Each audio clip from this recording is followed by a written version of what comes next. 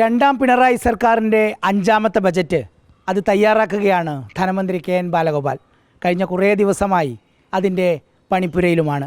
സ്വാഗതം minister K N. Balagopal. മിനിസ്റ്ററെ, ഈ തദ്ദേശ നിയമസഭാ തെരഞ്ഞെടുപ്പിന് തൊട്ടു മുമ്പുള്ള സമ്പൂർണ്ണ ബജറ്റാണ്. അപ്പം ബജറ്റ് ജനപ്രിയമാകുമെന്ന് പ്രതീക്ഷിക്കാമോ? എല്ലാ ബജറ്റും ജനപ്രിയമായി അവതരിപ്പിക്കുന്നതാണ് ഞങ്ങളുടെ മുന്നണിയുടെ രീതി. അതുകൊണ്ട് ഈ ബജറ്റും ജനപ്രിയമായിരിക്കും. ജനപ്രിയമെന്ന് പറഞ്ഞാൽ അന്ന് ബജറ്റ് പ്രസംഗത്തിന്റെ സമയത്ത് ജനപ്രിയമായിട്ട് കാര്യമില്ല. അടുത്തൊരു വർഷക്കാലത്തേക്കും തുടർന്നു വരുന്ന കാലത്തേക്കും ജനങ്ങൾക്ക് ഇതിന്റെ ഗുണം കൂടെ ഉണ്ടായാലേ അത് ജനപ്രിയമാകും. അപ്പൊ അതിന്റെ കൂടുതൽ തൊഴിലവസരം ഉണ്ടാവണം, വരുമാനവും വികസനം ഉണ്ടാവണം, ക്ഷേമ പദ്ധതികൾ ഉണ്ടാവണം. ഇത് ബേസിക്കലി അത് തന്നെ വെച്ചിട്ടുള്ള കാഴ്ചപ്പാടാണ് കഴിഞ്ഞ വർഷങ്ങളിലൊക്കെ വെച്ചത്. ഇപ്പോഴും അതിന്റെ തുടർച്ചയായിട്ടായിരുന്നു. ഇപ്പോഴൊരു പ്രതിസന്ധിയുടെ കാലത്താണ് ഈ ബജറ്റ് തയ്യാറാക്കുന്നത്. റേഷൻ പ്രതിസന്ധി, സപ്ലൈകോയിൽ പ്രതിസന്ധി, മരുന്നിന് ക്ഷാമമുണ്ടെന്ന വാർത്ത വരുന്നു. പ്രധാനമായി സാമൂഹ്യ ക്ഷേമ പെൻഷൻ കുടിശ്ശികകൾ വരുന്നു. ആ സാഹചര്യത്തിൽ ഇതിലൊക്കെ എന്ത് നടപടി സ്വീകരിക്കും എന്നത് ബജറ്റിൽ ഒരു പ്രഖ്യാപനമായിട്ടുണ്ടാകുമോ? സാമൂഹ്യക്ഷേമ പദ്ധതികൾക്ക് 5 മാസം കുടിശ്ശിക ഉണ്ടായിരുന്നു നേരത്തെ. അത് കഴിഞ്ഞ ഞങ്ങളത് തുറന്നു പറഞ്ഞതാണ്. എന്തുകൊണ്ടാണ് ആ പ്രതിസന്ധി എന്ന് എല്ലാവർക്കും അറിയാം. നേരത്തെ തൊട്ടുമുമ്പത്തെ ഒന്നാം പിണറായി സർക്കാരിന്റെ സമയത്ത് നിന്ന് തുറന്ന് രണ്ടാമത് വരുമ്പോഴേക്കും ഞങ്ങൾക്ക് ഒരു വർഷം 50,000 കോടിയിലധികമാണ് വെട്ടിക്കുറവ് വന്നത്. കണക്കുകൾ എല്ലാവരും അംഗീകരിച്ചതാണ്. അതുകൊണ്ട് ഞാൻ ആവർത്തിച്ച് പറയുന്നില്ല. കേന്ദ്ര ഗവൺമെന്റ് ഒരു സമീപനം വളരെ കട്ടിയായിട്ട് അതിനകത്തുണ്ട്. കിഫ്ബി പോലുള്ള പദ്ധതികൾക്ക് നിർത്താൻ പറ്റിയിട്ടില്ലല്ലോ.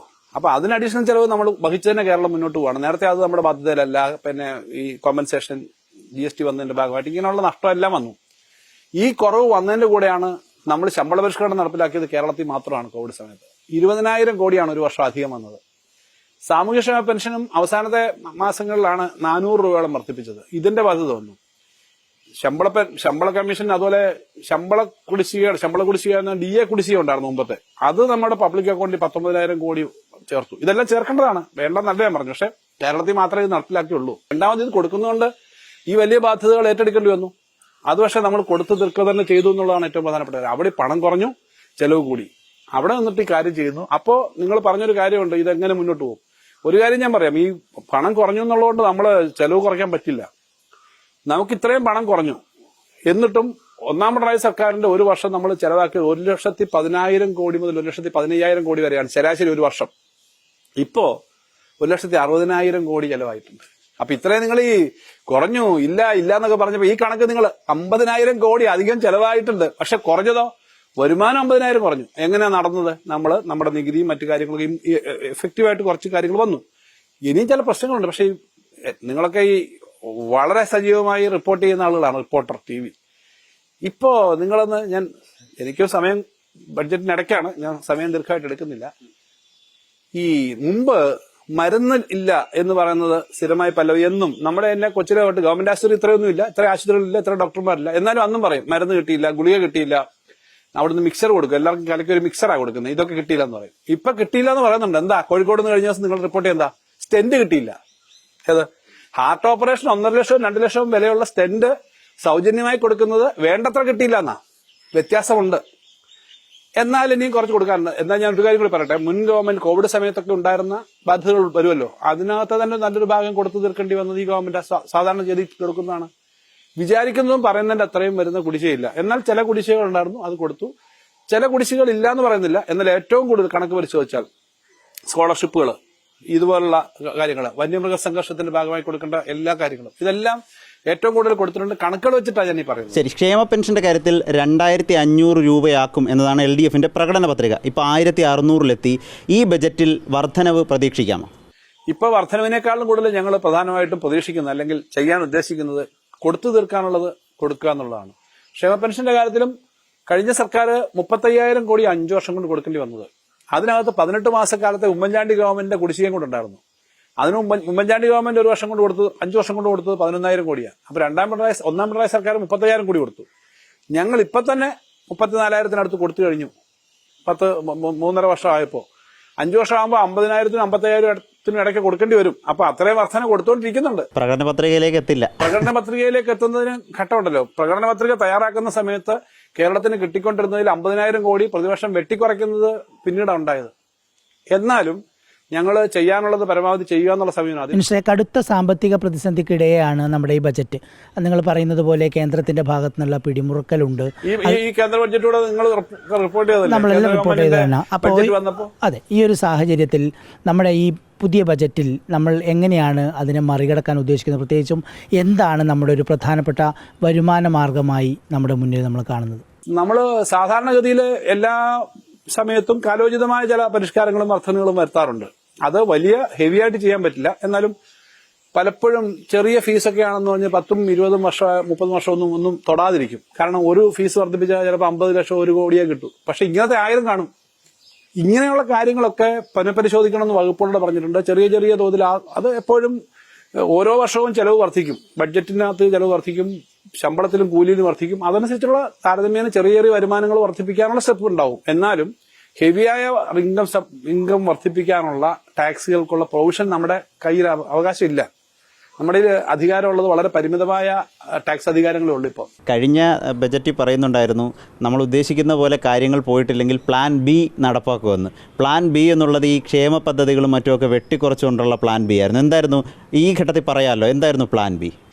പ്ലാൻ ബി കേന്ദ്ര ഗവൺമെന്റ് ഇങ്ങനെ ചെയ്തില്ലെങ്കിൽ അതിനെതിരായിട്ട് ശക്തമായ ഒരു ചെറുത്തുനിൽപ്പ് പൊളിറ്റിക്കലായിട്ട് ഭരണപരമായിട്ട് നല്ല പരിമിതി മാത്രം ഉണ്ടല്ലോ. കേന്ദ്ര കോൺസ്റ്റിറ്റ്യൂഷൻ അനുസരിച്ച് അവർക്ക് ഭയങ്കര പ്രിവിലേജസ് ഉണ്ട്. അത് ഏറ്റവും പ്രധാനമായിട്ട് ഡൽഹിയിൽ സമരത്തിന് പോയത് ഇന്ത്യയിലെ പ്രതിപക്ഷ കക്ഷികളെ ആകെ ഒരുമിച്ച് ചേർത്തതെല്ലാം ആ സമയത്താണ്. അതാണ് ഏറ്റവും പ്രധാനപ്പെട്ട പ്ലാൻ ബി. നിങ്ങൾ ഇപ്പൊ റിപ്പോർട്ടർ ടിവിയുടെ മൈക്കുമായിട്ട് ചെല്ലുമ്പോൾ സാധാരണ ജനങ്ങൾ പറയുന്നൊരു കാര്യമുണ്ട്. കേന്ദ്ര ബഡ്ജറ്റ് കഴിഞ്ഞപ്പോൾ നിങ്ങൾ പോയല്ലോ, കേന്ദ്രം നമുക്ക് തരാനുള്ളത് തരുന്നില്ല, അവർ തരേണ്ടതാണ്. ജനങ്ങളെ പഠിപ്പിക്കുക എന്നുള്ളത് പ്ലാൻ ബിയിലെ പ്രധാനപ്പെട്ട കാര്യമാണ്. അല്ല, ഞാൻ പറഞ്ഞത് അവർ മനസ്സിലാക്കുന്നുണ്ട്. ഈ യൂണിയൻ ബജറ്റ് വരുമ്പം സംസ്ഥാനം വലിയ പ്രതീക്ഷയുണ്ടായിരുന്നു. മന്ത്രി തന്നെ പദ്ധതികൾ കുറേ സമർപ്പിച്ചു. അത് കൂടുതലും നമുക്ക് ലഭിക്കേണ്ടതാണ്. അതിനു പുറമെ പ്രത്യേക പദ്ധതികൾ, വിഴിഞ്ഞത്ത് പ്രത്യേക പദ്ധതി, ചൂരൽമല, അങ്ങനെ ഒട്ടേറെ പദ്ധതികൾ സമർപ്പിച്ചു. പക്ഷേ കേന്ദ്രം പൂർണ്ണമായും ഇതൊക്കെ അങ്ങ് തള്ളി. അത് നമ്മുടെ ബജറ്റിനെ, അതിന് തൊട്ടു പിന്നാലെയാണല്ലോ നമ്മുടെ ബജറ്റ് വരുന്നത്. അപ്പോൾ ആ ബജറ്റിനെ അത് ബാധിക്കുമോ? നമ്മുടെ എക്സ്പെക്ടേഷൻ അനുസരിച്ച് നടത്താൻ പറ്റത്തില്ല എന്ന തരത്തിൽ ബാധിക്കും. പക്ഷേ നമുക്ക് ഏറ്റവും മിനിമം നടത്തേണ്ടതും നമ്മൾ സാധാരണ നടത്തിക്കൊണ്ടിരിക്കുന്നതിനെ ബാധിക്കാത്ത തരത്തിൽ കൈകാര്യം ചെയ്യും. ഇത് രണ്ടുകൂടെ എങ്ങനെയാ ചെയ്യുന്നതെന്നൊരു സംശയം നിങ്ങൾക്ക് തോന്നും. അത് എല്ലാം പറയാൻ പറ്റില്ല. പക്ഷെ നമുക്കിപ്പം ഞാൻ പറഞ്ഞ 50,000 കോടി എന്ന് ഞാൻ ആദ്യ വർഷം പറഞ്ഞപ്പം എല്ലാവരും പറഞ്ഞു ഞാനെന്തിനിങ്ങനെ ആശങ്ക പറഞ്ഞു, എപ്പോഴും പരാതി പറയാം. ഇപ്പൊ പക്ഷേ എല്ലാവരും പ്രധാന പത്രങ്ങൾ ഉൾപ്പെടെ കണക്ക് വെച്ച് എഡിറ്റോറിയൽ എഴുതുന്നുണ്ട്. ഞാൻ പറഞ്ഞത് കള്ളം പറയാൻ പറ്റില്ലല്ലോ, കാരണം കണക്കിനകത്തൊന്നും കള്ളം പറയാൻ പറ്റില്ല. ഞാൻ ഇന്ന കാര്യം കഴിഞ്ഞ ദിവസം കേന്ദ്ര ബഡ്ജറ്റ് വന്നതിന് അന്ന് ഞാൻ പത്രസമ്മേളനം നടത്തിയപ്പോൾ നിങ്ങൾ ഉണ്ടായിരുന്നു. ഞാൻ പറഞ്ഞെന്താ, നിങ്ങൾ നോക്കൂ, ഇതിനകത്ത് ആദ്യത്തെ പേജിന്റെ ലാസ്റ്റ് പാരഗ്രാഫ് ഇൻട്രൊഡക്ഷനിൽ പറയുന്നു, ഈ വർഷം സംസ്ഥാനങ്ങൾക്ക് ഞങ്ങൾ 5 ലക്ഷം കോടി അധികം കൊടുക്കുന്നു സംസ്ഥാനങ്ങൾക്കാകെ.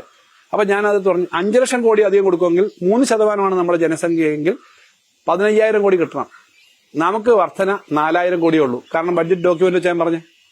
അപ്പൊ ഈ പറഞ്ഞ കണക്കുകൾ സത്യസന്ധമായി പറയുന്നതാണ്. അതുകൊണ്ടാണ് കേന്ദ്രമന്ത്രി ശ്രീ ജോർജ് കുര്യൻ പറഞ്ഞത് കേരളം പോയി പിന്നോക്കമായിട്ട് വരാൻ. വിഴിഞ്ഞത്തെ കാര്യം വന്നപ്പോഴേ, വിഴിഞ്ഞത്ത് കഴിഞ്ഞ ബജറ്റിൽ വളരെ പ്രധാനപ്പെട്ട പരാമർശം ചൈനീസ് മോഡൽ വികസനം കൊണ്ടുവരുന്ന ഒരു പരാമർശം. പിന്നീട് അത് എവിടെ എത്തിയെന്ന ചോദ്യമുണ്ട്. അതിനൊപ്പം തന്നെ കേന്ദ്ര സർക്കാർ ഈ പദ്ധതിക്ക് പണം തരുന്നില്ല എന്നതിന് പുറമെ VGF-ൽ ഒരു നിബന്ധന കൂടി വെക്കുന്നുണ്ട്. അതിപ്പോൾ ആ നിബന്ധന തുടരുകയാണെങ്കിൽ സംസ്ഥാനം സ്വന്തം നിലയ്ക്ക് പൈസ കൊടുക്കേണ്ട സാഹചര്യം വരുന്നുണ്ട്. അതെങ്ങനെയാണ് കാണുന്നത്? ഇപ്പൊ നമ്മൾ ഏകദേശം 8,500 കോടിയാണ് ആദ്യഘട്ടത്തിൽ അത് വികസിപ്പിക്കാൻ വേണ്ടത്. അതിൽ 2,200 കോടിയേ ഉള്ളൂ ഈ കമ്പനി അത് എടുത്തേക്കുന്നത്. 2,000 കോടിയാണ് അത് ഏറ്റെടുക്കുന്ന കമ്പനി PPP പാർട്ണർ ചെയ്യേണ്ടത്. അപ്പം PPP-ക്കകത്ത് 2 പാർട്ടുണ്ട്. ഒന്ന് പോർട്ടുമായി ബന്ധപ്പെട്ടതും പിന്നെ പോർട്ടിന്റെ ചുറ്റുപാടുമുള്ള വികസനം. ഇപ്പം റെയില്, റോഡ്, പിന്നെ അവിടുത്തെ ഈ ബ്രേക്ക് വാട്ടർ, ഇതെല്ലാം ചെയ്യുന്നതിന് ഗവൺമെന്റിന് ഉത്തരവാദിത്വം. അതിനകത്താണ് VGF എന്ന് പറഞ്ഞാൽ അത് വയബിലിറ്റി ഗ്യാപ്പ് ഫണ്ടിങ് ആണ്. വയബിലിറ്റി എന്ന് പറഞ്ഞു കഴിഞ്ഞാൽ ഇത് എക്കണോമിക്കലി ലാഭകരമല്ല, അതുകൊണ്ട് ഒരു പണം തരുന്നതാണ് വയബിലിറ്റി ഗ്യാപ്പ്. അത് പ്രൈവറ്റ് മേഖലയ്ക്ക് കൊടുക്കും, ഗവൺമെന്റ് മേഖലയ്ക്ക് കൊടുക്കും. ആ വയബിലിറ്റി ഗ്യാപ്പ് ഫണ്ടിങ് പണം തിരിച്ചടക്കണമെന്ന് പറഞ്ഞാൽ പിന്നെ വയബിലിറ്റി ഗ്യാപ്പ് അല്ലല്ലോ, ലോണല്ലേ. ഇത് ആദ്യമായിട്ടാണ് ഇങ്ങനെ ഒരു വേറുകൃത്യം കാണിക്കുന്നത്. പക്ഷെ അതുകൊണ്ട് നമ്മൾ പണി നിർത്താൻ പോകുന്നില്ല. നമ്മൾ 8,500 കോടി ഇപ്പോൾ ഉറപ്പാക്കിയിട്ടുണ്ട്. എല്ലാത്തിനും കൊടുത്തിട്ടുണ്ട്. എനിക്കൊന്ന് മുണ്ട്രയ്ക്ക് പോലും കൊടുത്തിട്ടുണ്ടാവും. മുണ്ട്ര എന്ന് പറഞ്ഞാൽ സ്വകാര്യ പോർട്ടാണ്.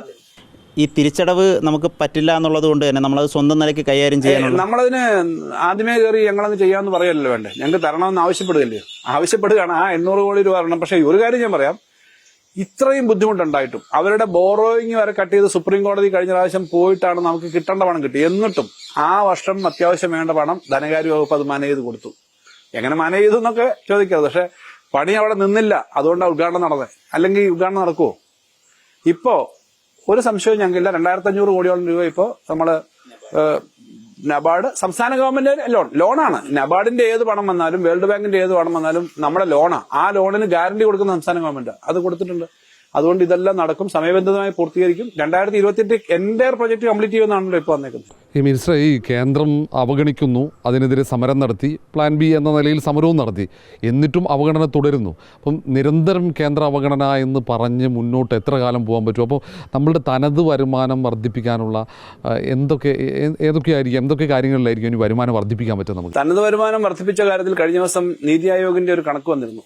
അവര് ഫിനാൻഷ്യൽ ഹെൽത്ത് ഓഫ് സ്റ്റേറ്റ്സ് എന്ന് പറഞ്ഞിട്ടാണ്. അതിനകത്ത് 2-3 കാര്യങ്ങളിൽ നമുക്ക് നല്ല മുൻഗണനയുണ്ട്, മുൻപി വന്നു എന്നവർ പറഞ്ഞു. അതിലൊന്ന് നമ്മുടെ തനത് വരുമാനം വർദ്ധിച്ചതാണ്. മോശമായ കാര്യം അവർ പറഞ്ഞതെന്ന് പറഞ്ഞാൽ കേരളത്തിന്റെ ഫിനാൻഷ്യൽ ഹെൽത്ത് കൊള്ളില്ല, കാരണം ബോറോയിങ് ഉണ്ട്. രണ്ടാമത് ഇവരുടെ സ്പെൻഡിങ് നല്ല ആരോഗ്യകരമല്ല, സോഷ്യൽ സെക്യൂരിറ്റിക്ക് കൊടുക്കുന്നു, സ്കൂളിന് ആശുപത്രിക്ക് കൊടുക്കുന്നു. ഇതാണ് അവരുടെ വിമർശനം. അപ്പോൾ വരുമാനം നമ്മൾ വർദ്ധിപ്പിച്ചിട്ടുണ്ട്. 47,000 കോടിയായിരുന്നു നമ്മുടെ തനത് നികുതി വരുമാനം 2021 മാർച്ചിൽ, ആ വർഷം. ഇപ്പോൾ അത് ഏകദേശം കഴിഞ്ഞ വർഷം വന്നപ്പോൾ 75,000 കോടിയിലധികമായി, കഴിഞ്ഞ വർഷത്തെ കണക്ക് വന്നപ്പോൾ. അത്രയും വർധന ഇന്ത്യയിൽ വളരെ അപൂർവ സംസ്ഥാനങ്ങളേ ഉള്ളൂ. ഈ ഏറ്റവും പ്രധാനപ്പെട്ടത് ഈ വെല്ലുവിളി, സാമ്പത്തിക പ്രതിസന്ധിയൊക്കെ ഉണ്ടല്ലോ. അപ്പം ഇടയിൽ ഏറ്റവും പ്രധാനമായി വന്നത് കിഫ്ബിയുടെ നിർമ്മാണ പ്രവർത്തനങ്ങൾ. അതിൽ പ്രധാനമായും റോഡുകൾ, ഏറ്റവും കൂടുതൽ റോഡുകൾ കിഫ്ബി ചെയ്യുന്നു. അപ്പോൾ ഈ റോഡുകൾ ടോൾ പിരിക്കാനുള്ള ഒരു തീരുമാനത്തിലേക്ക് സർക്കാർ പോകുന്നുണ്ടോ? അങ്ങനൊരു വാർത്ത കഴിഞ്ഞ ദിവസം വന്നത് 100% ശരിയല്ല. കാരണം ഒരു തീരുമാനത്തിലേക്ക് എത്തിയിട്ടില്ല. എന്നാൽ കിഫ്ബി എന്ന് പറയുന്ന പ്രസ്ഥാനത്തിന് റവന്യൂ ജനറേറ്റിംഗ് മോഡലിലുള്ള പ്രവർത്തനം വേണമെന്നുണ്ടതിൽ. കാരണം നമ്മൾ പണിയുന്ന എല്ലാ കാര്യങ്ങളും, ചെയ്യുന്ന എല്ലാ കാര്യങ്ങളും സൗജന്യമായി കൊടുക്കാൻ പറ്റില്ല. ഇത് വലിയ പലിശയ്ക്ക് എടുക്കുന്ന ലോണാണ്. ഒരു ഭാഗം ഗവൺമെന്റിന്റെ ബഡ്ജറ്ററി സപ്പോർട്ട് വരും.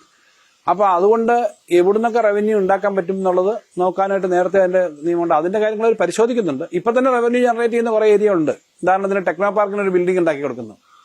അത് അതിന്റെ വാടക കിട്ടത്തക്ക വിധത്തില്ല. വാടക മേടിക്കുന്ന ആ സ്ഥാപനം KSITയിലാണെങ്കിൽ അവർ വാടക മേടിച്ചിട്ട് ഇതിലേക്ക് അടയ്ക്കണം. ഇപ്പം ഗിഫ്റ്റ് സിറ്റിക്ക് എടുത്തു കൊടുക്കുന്നു, അതിന് റിട്ടേൺ വരണം. ഇങ്ങനെ കുറെ റിട്ടേൺ കിട്ടുന്ന മോഡലുകളുണ്ട്.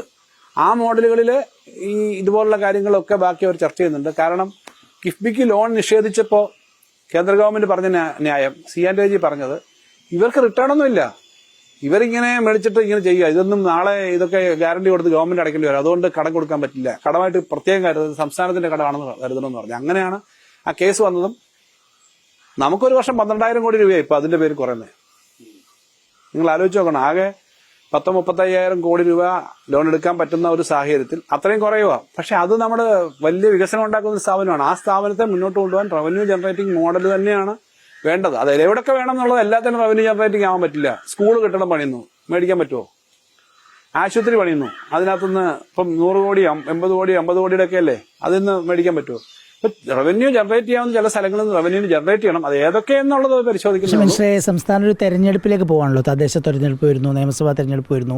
കേന്ദ്രത്തിനോടിപ്പം സംസ്ഥാനത്തിലെ പല ആളുകൾക്കുള്ള ഏറ്റവും പ്രധാനപ്പെട്ട ദേഷ്യങ്ങളിലൊന്ന് NHI പിരിക്കുന്ന ടോളിലാണ്.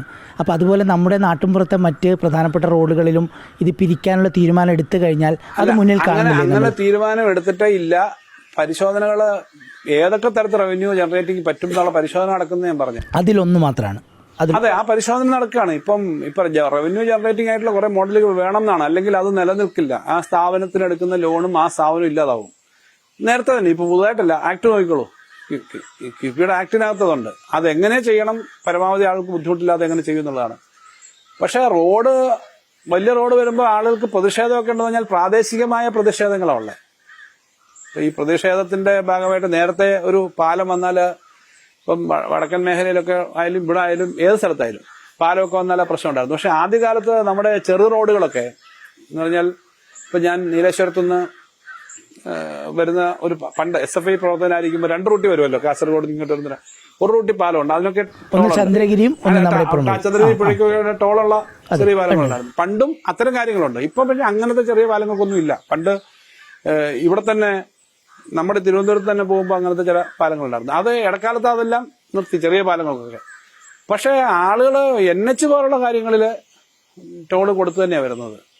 NH പോലെ ഞാൻ കോയമ്പത്തൂരിൽ നിന്ന് പാലക്കാടേക്കൊക്കെയുള്ള മറ്റ് സംസ്ഥാനങ്ങളിൽ വലിയ തുകയാണ്.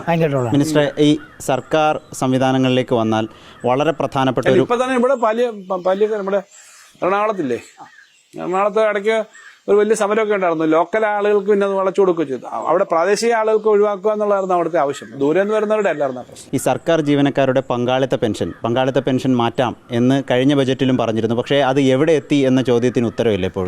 പങ്കാളിത്ത പെൻഷന്റെ കാര്യത്തിൽ ഇന്ത്യയിലെ വേറെ ഏതൊരു ഗവൺമെന്റ് പറഞ്ഞതിന് മുമ്പും കഴിഞ്ഞ ബഡ്ജറ്റിൽ നമ്മൾ പറഞ്ഞ്, ഞാൻ തന്നെ അത് പറഞ്ഞ്, ഞങ്ങളൊരു അഷ്വേർഡ് പെൻഷൻ കൊണ്ടുവരും. പഴയ രീതിയില്ല, ഒരു അഷ്വേർഡ് പെൻഷൻ. ആൾക്കൊരു ആശങ്കയുണ്ട്, എന്താവും റിട്ടയർ ചെയ്ത് കഴിഞ്ഞാൽ വല്ലതും ഉണ്ടാവുമോ?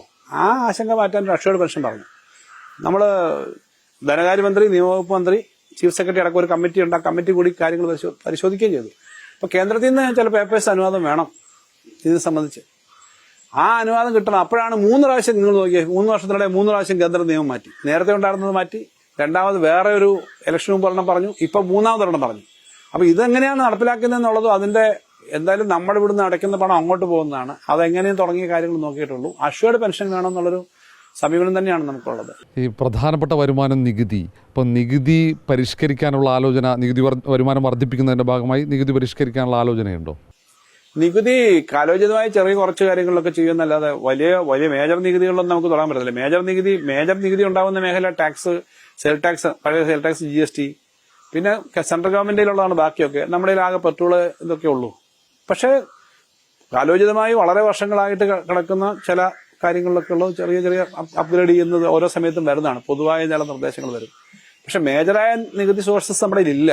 അതുകൊണ്ട് അങ്ങനത്തെ കാര്യങ്ങളില്ല. എന്നാൽ ചെറിയ ചെറിയ മൈനറായിട്ടുള്ള ചില ഇടപെടലുകൾ ഓരോ സമയത്തും വരുന്നുണ്ട്. ഒരുപക്ഷെ സംസ്ഥാനത്ത് ഏറ്റവും കൂടുതൽ വരുമാനം നമുക്ക് പ്രതീക്ഷിക്കാവുന്ന ഇപ്പോൾ ടൂറിസമാണോ, അല്ലെങ്കിൽ വ്യവസായം സ്വാഭാവികം മറ്റ് അടുത്തുള്ള സംസ്ഥാനങ്ങളെക്കാൾ താരതമ്യേന കുറവാണ്? വ്യവസായത്തിന്റെ കാര്യത്തിൽ നമ്മൾ നല്ല ഇമ്പ്രൂവ്മെന്റ് ഉണ്ട്. മാനുഫാക്ചറിങ് ഇൻഡസ്ട്രിയിൽ ഇമ്പ്രൂവ്മെന്റ് ഉണ്ട്. പിന്നെ പ്രത്യേകിച്ചും ഈ കൺവെൻഷണൽ വ്യവസായത്തിനേക്കാളും കൂടുതൽ നമുക്ക് നോളജ് ബേസ്ഡ് ആയിട്ട് ഇൻഡസ്ട്രി ധാരാളം വരുന്നുണ്ട്. അതിനകത്ത് വലിയൊരു ജമ്പ് വരുന്നുണ്ട്. അതിന്റെ സാധ്യതകളുണ്ട്. പിന്നെ ടൂറിസം 10% വരുമാനം വരുന്നൊരു മേഖലയാണ് ടൂറിസം. മിനിസ്റ്റർ മുൻ ധനമന്ത്രിമാരെ അപേക്ഷിച്ച് കൃത്യമായി ഉള്ളതെന്താണോ അത് തുറന്നു പറയുന്ന ആളാണ്. അത് ആളുകൾക്കത് മനസ്സിലാവുന്നുണ്ട്. ഇപ്പോൾ വരുന്ന ഈ ബജറ്റിൽ മോഹിപ്പിക്കുന്ന എന്തെങ്കിലും ഉണ്ടോ? അതേ ആളുകളുടെ കഴുത്ത് ഞെരിക്കുന്ന തീരുമാനങ്ങളാവുണ്ടാവോ? ഒരു 2 വാക്കിൽ പറഞ്ഞാൽ. അസാമാന്യമായി മോഹിപ്പിക്കുന്നത് നടക്കാൻ പറ്റാത്തതായിട്ടൊന്നും ഇല്ല. ഞങ്ങൾ സാധാരണ അങ്ങനെ പറയാറില്ല. എന്നാൽ നടത്താൻ പറ്റുന്ന കാര്യങ്ങൾ, കേരളത്തിന് വലിയ മാറ്റം ഉണ്ടാക്കുന്ന തരത്തിലുള്ള കാര്യങ്ങൾ ഉണ്ടാവും. ഞെട്ടിപ്പിക്കുന്ന കാര്യങ്ങളൊന്നും സാധാരണ ചെയ്യാൻ പറ്റുന്നതല്ല. അതുകൊണ്ട് ഞാൻ പറഞ്ഞത് സാധാരണ ചെയ്യുന്ന തരത്തിലുള്ള കാര്യങ്ങൾ ചെയ്തു പോവുക. എന്നാൽ കഴിഞ്ഞ പ്രാവശ്യം പറഞ്ഞല്ലോ, വിഴിഞ്ഞത്തിന്റെ കാര്യത്തിൽ ചൈനീസ് മോഡലും വിഴിഞ്ഞം പോലെയുള്ള പദ്ധതികളുടെ കാര്യമാണ് ഏറ്റവും ഈ മേഖലയിൽ. അതുപോലുള്ള കാര്യങ്ങളെല്ലാം കൂടുതൽ അഡ്വാൻസ് ചെയ്യാനും ഇടത്തരക്കാരെയും സാധാരണക്കാരെയും ഒക്കെ സഹായിക്കുകയും ചെയ്യുന്ന പദ്ധതികൾ ഉണ്ടാവും. നമ്മുടെ പരിമിതിക്കകത്തൊന്നുകൊണ്ടാണ്. അത് ഞാൻ പറയാം. ഇപ്പോൾ എങ്ങനെ മുന്നോട്ട് പോകും? കഴിഞ്ഞ ഓരോ മാസവും അല്ലെങ്കിൽ കഴിഞ്ഞ വർഷങ്ങളിൽ വരെ ശമ്പളം മുടങ്ങുമെന്ന് ഓരോ മാസത്തിന് മുമ്പ് പറയുന്ന സ്ഥിതിയായിരുന്നെങ്കിൽ അതിൽ നിന്നൊക്കെ മാറി നമ്മൾ മുന്നോട്ട് വരുന്നു എന്നുള്ള സത്യമാണ്. പുതിയ പദ്ധതികളല്ല, ഉള്ളത് മെച്ചപ്പെടുത്തി കൊണ്ടുപോകുക എന്നുള്ളതാണ് നമ്മൾ കാണുന്നത്. പക്ഷേ മറ്റൊരു കാര്യമുള്ളത്, നമ്മുടെ ഈ ബജറ്റ് വരാൻ ദിവസങ്ങൾ മാത്രം ഇരിക്കെ മദ്യത്തിന്റെ വില കൂട്ടുന്നൊരു സ്ഥിതി ഉണ്ടായി. അത് ശരിക്കും ഈ ബജറ്റ് പ്രഖ്യാപിച്ചാൽ മതിയായിരുന്നല്ലോ. ധനവകുപ്പ് പറഞ്ഞില്ല എന്ന് പറയുന്നില്ല. അത് ഞാൻ പറയാം. നിങ്ങൾ പറഞ്ഞത് ഞാൻ കണ്ടു. ഈ മദ്യത്തിന്റെ വില കൂട്ടൽ ഞാൻ സാധാരണ ഡെയിലി അഡ്മിനിസ്ട്രേഷന്റെ ഭാഗമായിട്ടുള്ള ഒരു വില കൂട്ടലുണ്ട്. അതെന്ന് വെച്ചാൽ ഈ അവർക്ക് ഓരോ വർഷം കഴിയുമ്പോൾ ഈ സ്പിരിറ്റിന്റെയും മറ്റു സാധനത്തിന്റെയും വില കൂടുമ്പോഴത്തേക്ക് കമ്പനികൾ വില കൂടുതൽ ആവശ്യപ്പെടും. അതൊരു കൊമേഴ്സ്യൽ ആയിട്ടുള്ള അവരുടെ വാണിജ്യപരമായ തീരുമാനമാണ്. ആ തീരുമാനം ഇപ്പം സപ്ലൈകോയിൽ നിയന്ത്രണമുള്ള സാധനങ്ങൾ ഒഴിച്ചാൽ ബാക്കി സാധനങ്ങൾ ദിവസവും എടുക്കുന്ന അരിയുടെ വില ഇത്രയാണ്, മുളകിന്റെ വില ഇത്രയാണ് എന്നുള്ള തരത്തിലേക്ക് ഉള്ളതാണ്. അത്രയും പെട്ടെന്ന് കൂട്ടാൻ പറ്റില്ല. ഇവിടെ അവർ ടെൻഡർ വിളിച്ചിട്ടൊക്കെ ആയിരിക്കും.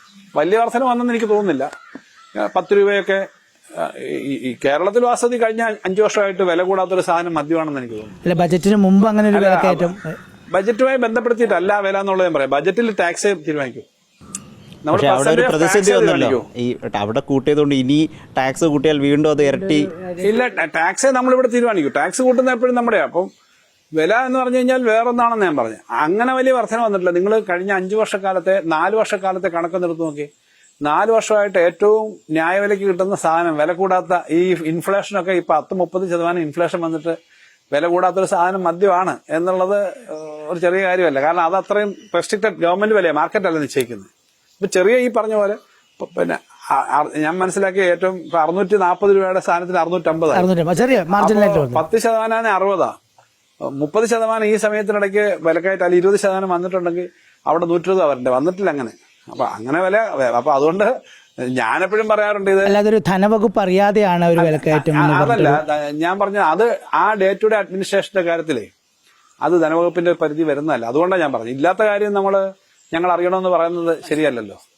അപ്പൊ അവിടെ 4 പോസ്റ്റിംഗ് വേണം, പുതിയ പോസ്റ്റ് ഉണ്ടാവണം, ധനകാര്യ വകുപ്പ് വരണം. പക്ഷെ സാധനം വാങ്ങുന്നതിനകത്ത് അത് അവരുടെ നോംസ് ഉണ്ട്. ദൈനംദിന മനസ്സിലായി. ആ നോംസ് അനുസരിച്ച് ചെയ്യുന്നതാണ്, അത്രേ ഉള്ളൂ. ഒരു കാര്യം കൂടി, ഈ വനം വന്യജീവി സംഘർഷമാണ് കേരളത്തെ അലട്ടുന്ന വളരെ പ്രധാനപ്പെട്ട പ്രശ്നം. അതിലെന്തെങ്കിലും ഒരു സമഗ്രമായ പദ്ധതി മന്ത്രിയുടെ മനസ്സിലുണ്ടോ? സമഗ്രമായ പദ്ധതി എന്ന് പറഞ്ഞാൽ നമ്മള് വാസ്തവത്തിൽ 4 വർഷമായിട്ട് ഇക്കാര്യത്തിൽ ഏറ്റവും കൂടുതൽ പ്രയോറിറ്റി കൊടുക്കുന്നുണ്ട്. അതിനകത്ത് ഒന്നാമത്തെ കാര്യം ആവശ്യത്തിന് സ്റ്റാഫ് വേണം.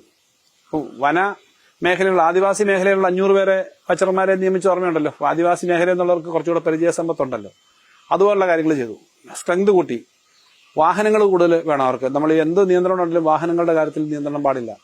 RRTകൾ, ഇപ്പോൾ ഒരു സ്ഥലത്ത് കടുവ ഇറങ്ങി, പുലി ഇറങ്ങി, ആന ഇറങ്ങി എന്ന് പറഞ്ഞാൽ അപ്പോൾ ആളെത്തണം. അതിന് RRTകളുടെ എണ്ണം ഇരട്ടിയാക്കി. എനിക്കൊന്ന് 28 RRT മറ്റും ഉണ്ടെന്ന് തോന്നിട്ടു.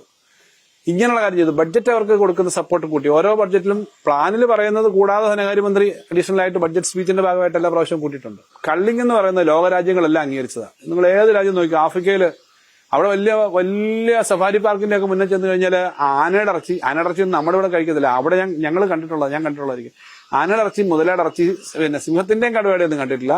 പിന്നെ മാനൊക്കെ എന്ന് പറഞ്ഞാൽ കള്ളിങ്ങിന്റെ ഭാഗമായിട്ട് അവര് ഇത്ര വെച്ചിട്ട് വിൽക്കും. ഇതെല്ലാ സ്ഥലത്തും ഉണ്ട്. ഇപ്പൊ ഇവിടെ കള്ളിങ്ങില്ലാതെ 70കളിൽ ഇന്ദിരാഗാന്ധി ആ നിയമം ഉണ്ടാക്കുന്ന സമയത്ത് അന്നത് ആവശ്യമായിരുന്നു. പക്ഷെ ഇന്ന് നിയന്ത്രണം വേണം. കുടുംബാസൂത്രണം നടപ്പിലാക്കുന്നതിന് നമുക്ക് പറ്റും. കുടുംബാസൂത്രണം എന്ന് പറഞ്ഞാൽ ജനസംഖ്യയുടെ നിയന്ത്രണത്തിന് വേണ്ടി നടപ്പിലാക്കിയതാ. വന്യമൃഗങ്ങളുടെ സംഖ്യ നിയന്ത്രിക്കാൻ വേണ്ടി നിയമനിർമ്മാണം വേണം. കുടുംബാസൂത്രണത്തിന് വേറെ രീതി പറ്റും. അവരെ പഠിപ്പിച്ചിട്ട് കുടുംബാസൂത്രണം നടത്താൻ പറ്റില്ല.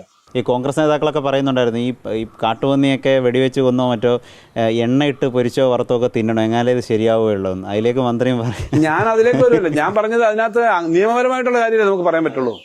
അല്ല, ആ നിലയിലേക്ക് നിയമം ഉണ്ടാവണം എന്ന് ഞാൻ പറഞ്ഞു. നിയമം ഉണ്ടാവണം. കാരണം ഇത്രയേറെ തീരെ ഇല്ലാതെ വരുമ്പോൾ എൻഡേഞ്ചേർഡ് സ്പീഷീസിനെ സംരക്ഷിക്കുന്നതും അക്രമകാരികളായി വലിയ തോതിലേക്ക് ഇപ്പം സൂകരപ്രസവം എന്നൊരു പ്രയോഗം ഉണ്ടല്ലോ. ഗജപ്രസവവും സൂകരപ്രസവവും. ആനയുടെ കുഞ്ഞുങ്ങൾ വളരെ കുറച്ചേ ഉണ്ടാവൂ. പന്നി അങ്ങനെ അല്ലല്ലോ. അപ്പൊ ഇതിന് നിയമനിർമ്മാണം തന്നെ വേണം. അത് നമ്മള് കേന്ദ്ര ഗവൺമെന്റും സംസ്ഥാന ഗവൺമെന്റും നമ്മുടെ ജനപ്രതിനിധികളും ഒരുമിച്ച് വേണം. വലിയ പ്രതിസന്ധിയാണ്. ഓരോ സ്ഥലത്തും ഇങ്ങനെ സിറ്റിയുടെ നടുക്കൂടെ ബൈക്കിൽ പോയതാ. അപ്പൊ ഇതൊരു പ്രശ്നമാണ്. അത് ഗവൺമെന്റിനെ അങ്ങോട്ട് പറഞ്ഞു, ഗവൺമെന്റ് ഇങ്ങനെ ചെയ്തില്ല, വരുന്നില്ല, അതൊന്നും പറഞ്ഞിട്ട് കാര്യമില്ല. മന്ത്രിമാര് അങ്ങനെ പോയപ്പോ പിന്നെ മന്ത്രിമാരെ ചീത്ത വിളിച്ചു, അതല്ല ഇഷ്യൂ. ഒരു കാര്യം കൂടി, നമ്മുടെ PSC നിയമനം മറ്റ് സംസ്ഥാനങ്ങളെ അപേക്ഷിച്ച് ഒരുപാട് നടക്കുന്ന സ്ഥലമാണ്. അപ്പം കേരളത്തിലെ PSC നിയമനം ഒരുപാട് ലിസ്റ്റുകൾ ഇപ്പോൾ പെൻഡിങ്ങായി നിൽക്കുന്നുണ്ട്. ഒരുപാട് പേര് അതിൻ്റെ ഭാഗമായിട്ട് സമരത്തിലൊക്കെയാണ്. എന്താ അതിനകത്തുള്ള എന്തെങ്കിലും ബജറ്റിലുണ്ടാവുമോ? PSC നിയമനത്തിലെ കാര്യത്തിൽ സത്യസന്ധമായ റിപ്പോർട്ട് കൂടെ നിങ്ങൾ കൊടുക്കേണ്ടതാണ്. ഇന്ത്യയിലെ കഴിഞ്ഞ വർഷം 2022-23 PSC ആകെ അപ്പോയിന്റ് ചെയ്തതിനെ പറ്റി യൂണിയൻ പബ്ലിക് സർവീസ് UPSC ഒരു യൂണിയൻ പബ്ലിക് സർവീസ് കമ്മീഷനാണ് മൊത്തത്തിൽ അവർ റിപ്പോർട്ട് ഇറക്കി. ആ റിപ്പോർട്ടിനകത്ത് അന്ന് ആ വർഷം ആകെ നടന്ന അപ്പോയിന്റ്മെന്റ് 60,000-ലധികം. അതിൽ 34,000 കേരളത്തിലാണെന്ന്. അപ്പൊ ഇന്ത്യയിൽ ആകെ PSC അപ്പോയിന്റ്മെന്റ് ഇത്രയും നടക്കുന്നത് കേരളത്തിലേ ഉള്ളൂ. മറ്റേത് സംസ്ഥാനം എടുത്താലും കേരളത്തിന്റെ ജനസംഖ്യയുള്ള സംസ്ഥാനങ്ങളിൽ കേരളത്തിന്റെ പകുതി ആളെ ഉള്ളൂ PSC മാത്രമല്ല, ഇത് സ്കൂൾ അപ്പോയിന്റ്മെന്റ് തന്നെ ഉണ്ട്, എയ്ഡ് സ്കൂള്. അപ്പൊ നമ്മൾ പക്ഷെ എന്നിട്ടും ഈ ഗവൺമെന്റ് വന്നിട്ട് 10,000-15,000 അധികം വർദ്ധിപ്പിച്ചു. തൊട്ട് മുമ്പത്തെ ഗവൺമെന്റ് വർദ്ധിപ്പിച്ചു. അങ്ങനെ വർദ്ധിപ്പിച്ചു പോകുന്നത് സാധാരണഗതി ധനകാര്യമന്ത്രി എന്ന നിലയിൽ സാധാരണഗതിയിൽ അതത്ര അനുകൂലിക്കാൻ പറ്റുന്ന ഒരാളല്ല ഞാൻ. എങ്കിലും വർദ്ധിപ്പിക്കുന്നുണ്ട്. ഇപ്പൊ നമ്മള് 507 പോസ്റ്റാണ് കഴിഞ്ഞ മുമ്പത്തെ ക്യാബിനറ്റിൽ ഈ ആരോഗ്യരംഗത്ത് വന്നത്. ഇതെല്ലാം കൊണ്ടുപോകുമ്പോൾ മറുവശത്തിൽ താങ്ങാൻ പറ്റാത്ത സ്ഥിതി ഉണ്ടാകുന്നു. അവർ പറയുന്നത് നിങ്ങളുടെ അൺഹെൽത്തി ആയിട്ടുള്ള ഫിനാൻഷ്യൽ പ്രാക്ടീസസ് ആണെന്ന് പറയുന്നുണ്ടല്ലോ നീതി ആയോഗ് ഈ അപ്പോയിന്റ്മെന്റ് സംബന്ധിച്ച. അപ്പൊ നമ്മൾ ഒരു കാര്യം 100% ഗ്യാരണ്ടി ചെയ്യുന്നത് നിലവിലുള്ള വേക്കൻസി ഒന്നും കട്ട് ചെയ്ത് ആളെ എടുക്കാതിരിക്കരുത്, മുഴുവൻ ആളെ എടുക്കണം. ഇതാണ് ഒന്നാമത്തെ കാര്യം. പുതിയ പോസ്റ്റ് ഉണ്ടാക്കുക എന്ന് പറയുന്നത് ഇവിടെ ചെയ്യുന്നെങ്കിലും അത് സാധാരണഗതി ഒത്തിരി കാലം അങ്ങനെ മുന്നോട്ട് പോകാൻ പറ്റില്ല. ഒരു ലിസ്റ്റിനകത്ത് കുറെ ആളുണ്ട്. കഴിഞ്ഞ പ്രാവശ്യം 1000 പേരിൽ 500 പേരെ എടുത്തു, അല്ലെങ്കിൽ 800 പേരെ എടുത്തു. ഇപ്രാവശ്യം 300 പേരെ എടുത്തു എന്നല്ലോ ക്രൈറ്റീരിയ. എത്ര വേക്കൻസി ഉണ്ടെങ്കിൽ ആളെ എടുക്കുക എന്നുള്ളതല്ലേ. വാസ്തവത്തിൽ ആ ഒരു കാര്യം കൂടി എഡ്യൂക്കേറ്റ് ചെയ്യേണ്ടതാണ്. എന്നാൽ നമ്മളെ ജീവനക്കാരുടെ തൊഴിലന്വേഷിക്കുന്ന ചെറുപ്പക്കാരുടെ കാര്യത്തിൽ അങ്ങേയറ്റം സിമ്പത്തറ്റിക്കായ സമീപനം തന്നെയാണ് നമുക്കുള്ളത്. നമ്മളെല്ലാം ആ മുന്നണിയിൽ നിന്നൊക്കെ വന്നവരാ.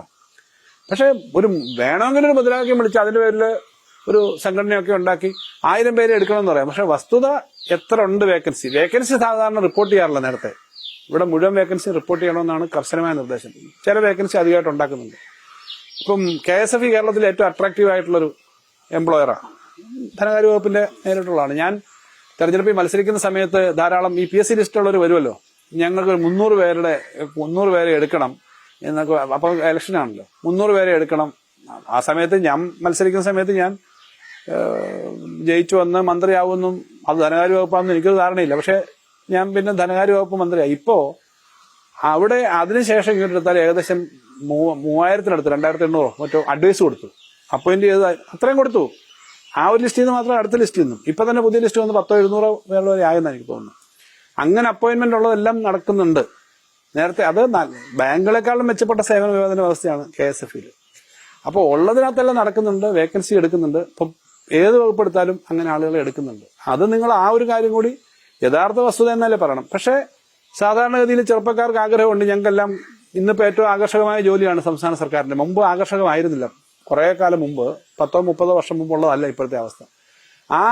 ആ ഒരു ആഗ്രഹം അവർക്കുണ്ട്. അതുകൊണ്ട് ലിസ്റ്റ് മൊത്തം എടുക്കണമെന്ന് പറഞ്ഞു കഴിഞ്ഞാൽ അതിന്റെ പരിമിതിയുണ്ട് പലപ്പോഴും. എന്നാൽ ഒരൊറ്റ വേക്കൻസിക്കാരി ഇടാതെ ആളുകൾ എടുക്കുന്നുണ്ട്. അത്യാവശ്യമായിട്ട് വേണ്ട ചില പുതിയ പോസ്റ്റുകൾ സൃഷ്ടിക്കുന്നുണ്ട്. കടുത്ത സാമ്പത്തിക പ്രതിസന്ധികൾക്കിടയിലും ജനങ്ങൾക്ക് ആശ്വാസം പകരുന്ന ഒരു ബജറ്റാകും എന്ന് തന്നെയാണ് മന്ത്രിയുടെ വാക്കിൽ നിന്ന് നമുക്ക് മനസ്സിലായത്. വളരെ നന്ദി ശ്രീ KN ബാലഗോപാൽ നമ്മളൊപ്പം സഹകരിച്ചത്.